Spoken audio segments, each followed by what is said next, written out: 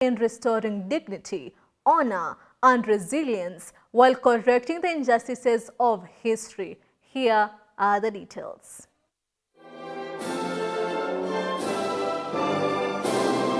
During the second Africa CARICOM Summit at the United Nations office in Addis Ababa, Ethiopia, President Ruto emphasized that Kenya is championing the strengthening of the African CARICOM Reparations Working Group. He said the mechanism will be reinforced through mobilizing greater political backing, financial resources, and technical expertise, enabling it to spearhead structured advocacy on the global stage. By strengthening our joint efforts, developing common strategies, and advancing coordinated initiatives, Africa and Caribbean can ensure that reparations speak not only to the injustices of the past, but also to the inequalities of the present and the promise of the future. Let us seize this moment to build a partnership that delivers lasting and meaningful impact for our peoples today and for generations yet to come. The head of state noted that the initiative had already gained momentum from the previous engagement between African Union and CARICOM leaders, but underscored the need to consolidate these gains by creating a permanent framework for dialogue, policy development, and global lobbying. Ruto also linked reparatory justice to broader economic fairness, saying the legacy of slavery, colonial exploitation, and unjust debt had left deep scars on both continents. He described the existing debt system as a new frontier colonial domination, where nations are trapped in cycles of repayment that prevents investments in education, health, and development. IMF's common framework must be reformed to deliver real relief, not merely more processes. As it is now, it is an engagement of a never-ending process network that by the time it comes to fruition, most countries will have already undergone significant distress. Number two, replenishment of consensual windows. IDA and the Africa Development Fund, ADF, are lifelines for Africa and other developing regions. Unless replenished at scale, development finance will remain significantly and severely constrained. The president's remarks came as African and Caribbean leaders intensified their calls for recognition of historical injustices at the international platforms, including United Nations and the Commonwealth. Reparation movements in both regions have long argued that the wealth extracted through slavery and colonialism built Western economies, while leaving Africa and the Caribbean impoverished. Previous attempts to place the issue on the UN agenda have faced resistance, but recent high-level advocacy has elevated the conversation into mainstream diplomacy. Capital adequacy and multilateral development bank reform. Balance sheet optimization is insufficient. It cannot deliver the trillions required. AFDB's issuance of US $750 million in hybrid capital 2 years ago is commendable, but marginal compared to the challenges we face. MDB capital increases are necessary and, in fact, are an imperative. Ruto expressed optimism that the United African CARICOM Front will turn moral appeals into binding commitments. He said the coalition will push United Nations to formally recognize reparatory justice, establish mechanisms to address unfair debt, and ensure that every pledge made is transformed into tangible and lasting change for present and future generations. Molin Rono for GBS News.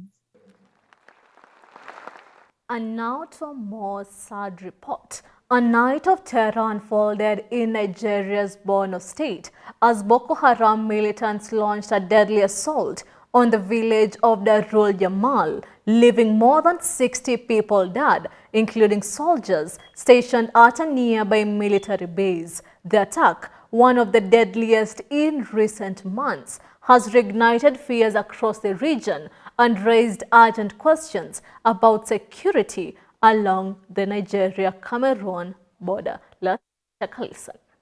More than 60 people have been killed in a deadly overnight attack by Boko Haram militants in Nigeria's northeastern Borno state. The assault targeted the village of Darul Jamal, located near the Nigeria-Cameroon border. Among the dead are at least 5 soldiers, with dozens of civilians also caught in the violence. Homes and vehicles were set ablaze, leaving the community in shock and mourning. We need maximum security deployment, but not like the ones we have, who may retreat from the fight and leave behind the lives of the civilians in danger. Darul Jamal had only recently begun to recover after a year of displacement caused by insurgent activities in the region. Boko Haram, which has waged a violence campaign since 2009, has repeatedly targeted the villages and military installations across Borno state. Very sad. This community was resettled some months ago, and they are going about their normal businesses, but unfortunately they had a Boko Haram attack yesterday. So we are here purposely to commiserate with them and to build their resilience. We have to take note that the numerical strength of the Nigerian army is not enough to contain the situation. Some months back, we had a meeting in Abuja with the National Security Advisor and other heads of security agencies on the need to establish what we call the forest guards. Governor Babagana Zulum visited the site, pledging support for victims and urging the deployment of forest guard to bolster security. The Nigerian government is under pressure to protect communities and prevent further loss of life in the region. Reporting for GBS TV, I'm Ibrahim Said. Moving forward, the Economic Community of Central African States has a new president, Ezekiel Nibigira, Burundi's former foreign minister. He was appointed to a 5-year term at a meeting in Equatorial Guinea on Sunday, succeeding Angola's Gilberto Verissimo. The Economic Community of Central Africa States has new president, Burundi's former foreign minister Ezekiel Nibigira, with a doctorate in business administration and finance. Is a member of parliament for Burundi's ruling CNDD-FDD and a leading figure in the party. He also served as Burundi's ambassador to Kenya and minister in charge of the East African Community. But the task ahead is daunting, with the security situation in Eastern Democratic Republic of the Congo topping the agenda. An ally in the DRC, Burundi has tense relations with Rwanda, which backs the M23 rebel group fighting alleged forces in the country. Kigali has left ECAS, accusing the organization of siding with Kinshasa over the ongoing violence. Established in 1983, ECAS aims to maintain peace, security and stability among its members and develop an integrity economic community. Reporting for GBS TV, I'm Paul M. Minor. Thousands of young Nepalese, mainly from Generation Z, protested in Kathmandu and other major cities against the government's ban on social media platforms such as Facebook, X, YouTube, and TikTok as well as widespread corruption. The protest, organized by groups such as Harmi Nepal, represent a broader outcry against political corruption, nepotism, and inequality, alongside objections to government censorship embedded in the social media bans. Protesters carried signs condemning corruption and the social media restriction, chanting slogans and demanding accountability from political leaders.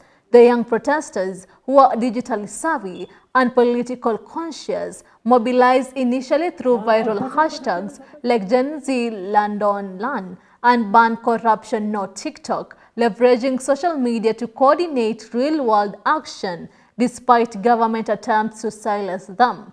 The movement criticizes political elites for luxurious lifestyle and nepotistic privileges, while youth face unemployment and limited opportunities. The government responded with curfews and police efforts to control crowds. Yet, the protest highlight a generational demand for justice and transparency in Nepal. We are the movement. We are the movement. Jenny Busta Chichaucho. साथी देखिनेछ र जन्ती साथीहरु पछाडीको साथीहरु सबैजना अगाडि जानु होला हाम्रो यो पछाडी तिम्रो पाराले दुःख भयो साराले सरकार तिम्रो पाराले दुःख भयो सक्दैन. And that report takes us to a very fast break here at The Ambassador. Keep your comments coming in through our social media platforms at GBS TV Africa. It's updated throughout the day. We'll be right back. So today we are diving into a topic that has become rather popular right here in Kenya, the K-pop culture. I would say K-pop invokes creativity, like mega creativity. I have friends who are creative and you see you've done that and they're like, yeah. An ex told me that K-pop girls, K-pop stan girls, he was like, the men you stan look like women and you aim to get a man that looks like that. So if you fail to find a man like that, because obviously you're in Kenya, you're not going to find a pretty man. For me, it's like I have two personalities at this point. I have my normal life and I have my army life. Because when I get into my army life, it's just like a whole new world. A community full of people who don't judge, people who accept you. Learning Korean from a Kenyan can sometimes mess you up because they pronounce words differently, and when you speak to a native, it's like, hold up, what did you say? I've never met like a K-pop fan. I don't know why. What am I? No, like, not many people want to like express themselves like I'm a K-pop fan. Unless you see them like wearing like a branded t-shirt or a branded hoodie, you realize that they're K-pop fans. The main campaign of BTS is loving yourself, right? And K-pop has a lot of drawbacks. Just like anything else, too much of something is poisonous, yeah? And one of the drawbacks is it comes with beauty because they have these absurd beauty standards. While BTS passed this message that you're supposed to love yourself, embrace yourself, you're just perfect the way you are. You know, you don't have to eat less to be beautiful. You're beautiful from the inside, right? Getting to BTS, it's hard to come out. Okay, okay.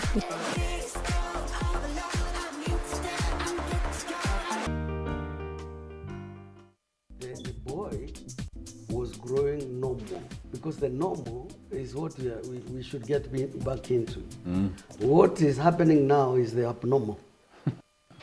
And that is not happening today because there is a place for fatherhood that is lacking in our day. Maybe that's wow.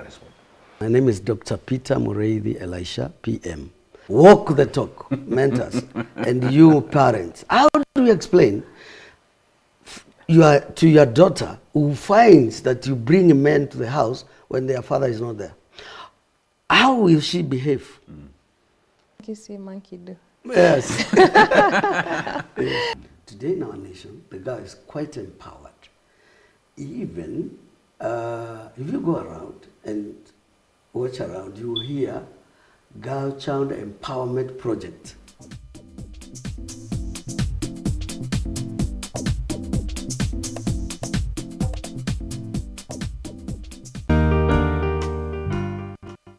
Where does today come before yesterday? Kumbuka majibu fupi pale kwa SMS line at 21144. Art should be a mirror. It should mirror things that people are going through, both the ones that are spoken and the unspoken. What's the difference between film and theater? Film and theater. If you had to write an entire story without either action or dialogue, which will you choose? Wacheni could treat film and theater kama entertainment. Yeah. So film and theater is a very strong tool. How do you think art is related to film and theater?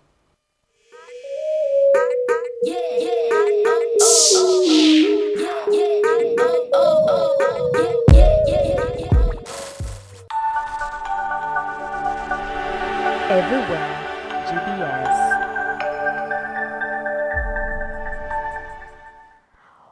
Welcome back to the bulletin, and now we shift the focus to Brazil, where tens of thousands gathered on Brazil's Independence Day to rally in favor of Bolsonaro, who faces charges of attempting a coup following his 2022 election defeat. The Sao Paulo protest drew about 40,000 people, including Bolsonaro's wife Michelle, and featured Brazilian and U.S. flags highlighting support, and also from U.S. President Donald Trump. Bolsonaro remains under house arrest and could face a prison sentence of over 40 years if convicted.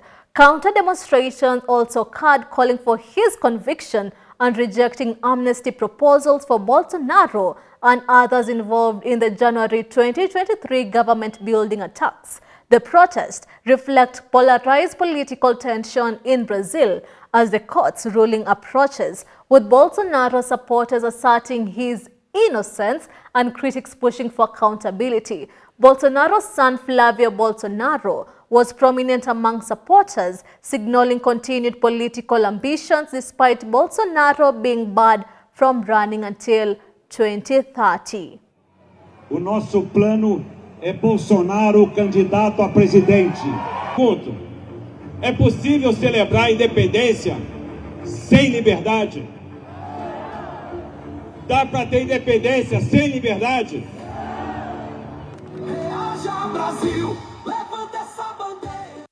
In Zambia, the family and the government, in a joint statement, both sides confirmed they've agreed to a mediation process aimed at balancing state protocols with the family's personal wishes and preserving the dignity of the late president. The dispute began in June after Lungu died in South Africa. His family initially sought a private burial abroad, citing emotional strain and concerns over political interference, particularly from President Hakainde Hichilema. Story next. Now, South Korea is arranging to fly back more than 300 of its nationals who were caught up in a large immigration raid at Hyundai battery manufacturing plant in Georgia, USA.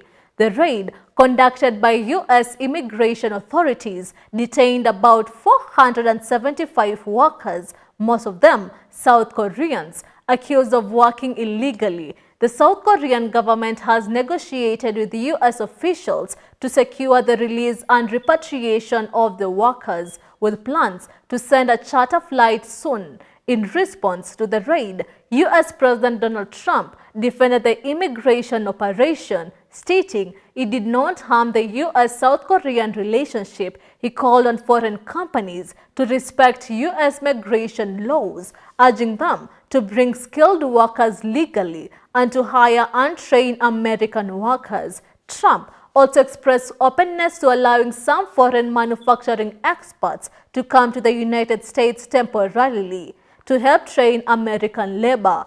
Despite the enforcement action, the Biden administration emphasized that it aims to maintain strong economic ties with South Korea while ensuring compliance with immigration law at workplaces.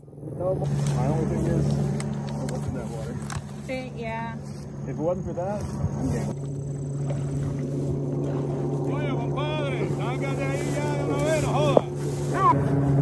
Dale, muchachos, vamos a salir de ahí para evitar problemas. Vámonos. Keep worried about the guns.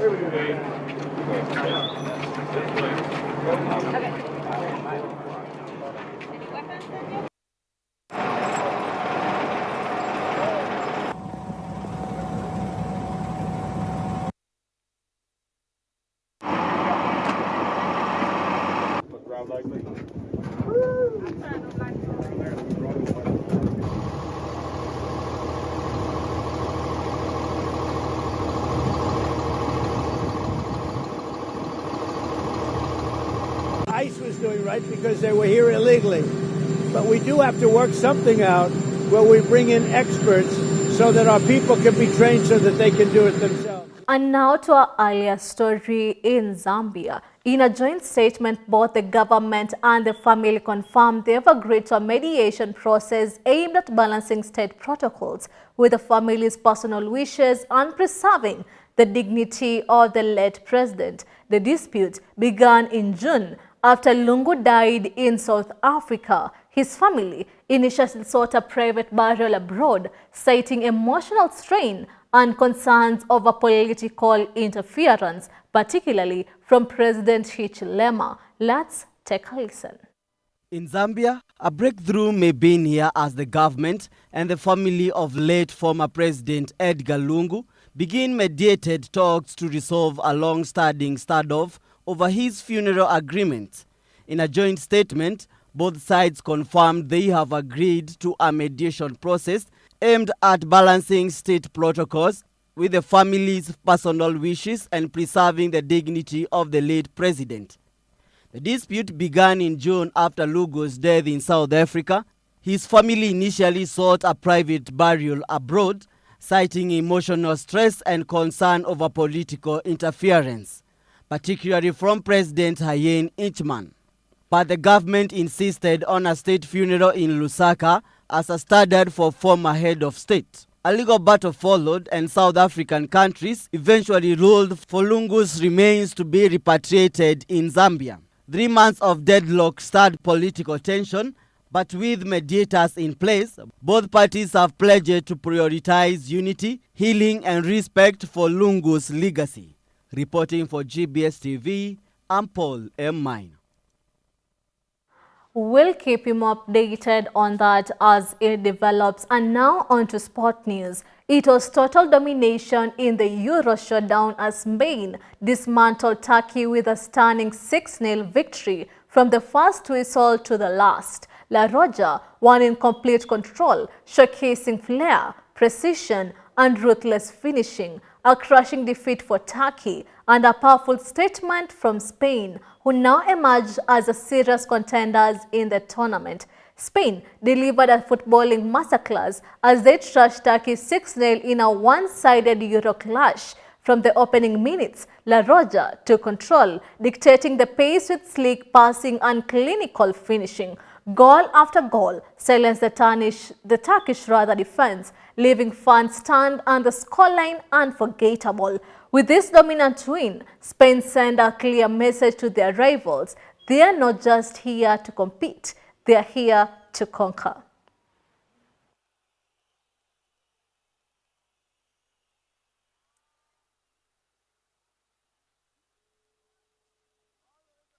And with that sports news, we come to the end of our bulletin here at The Ambassador. I am your ambassador, Susan Nganga. Follow all of our stories at GBS TV Africa. It's updated throughout the day. We meet every Monday and Tuesday as we debunk global diplomacy and geopolitics. I am your ambassador, Susan Nganga. Thank you for your time and company. See you at 9 p.m.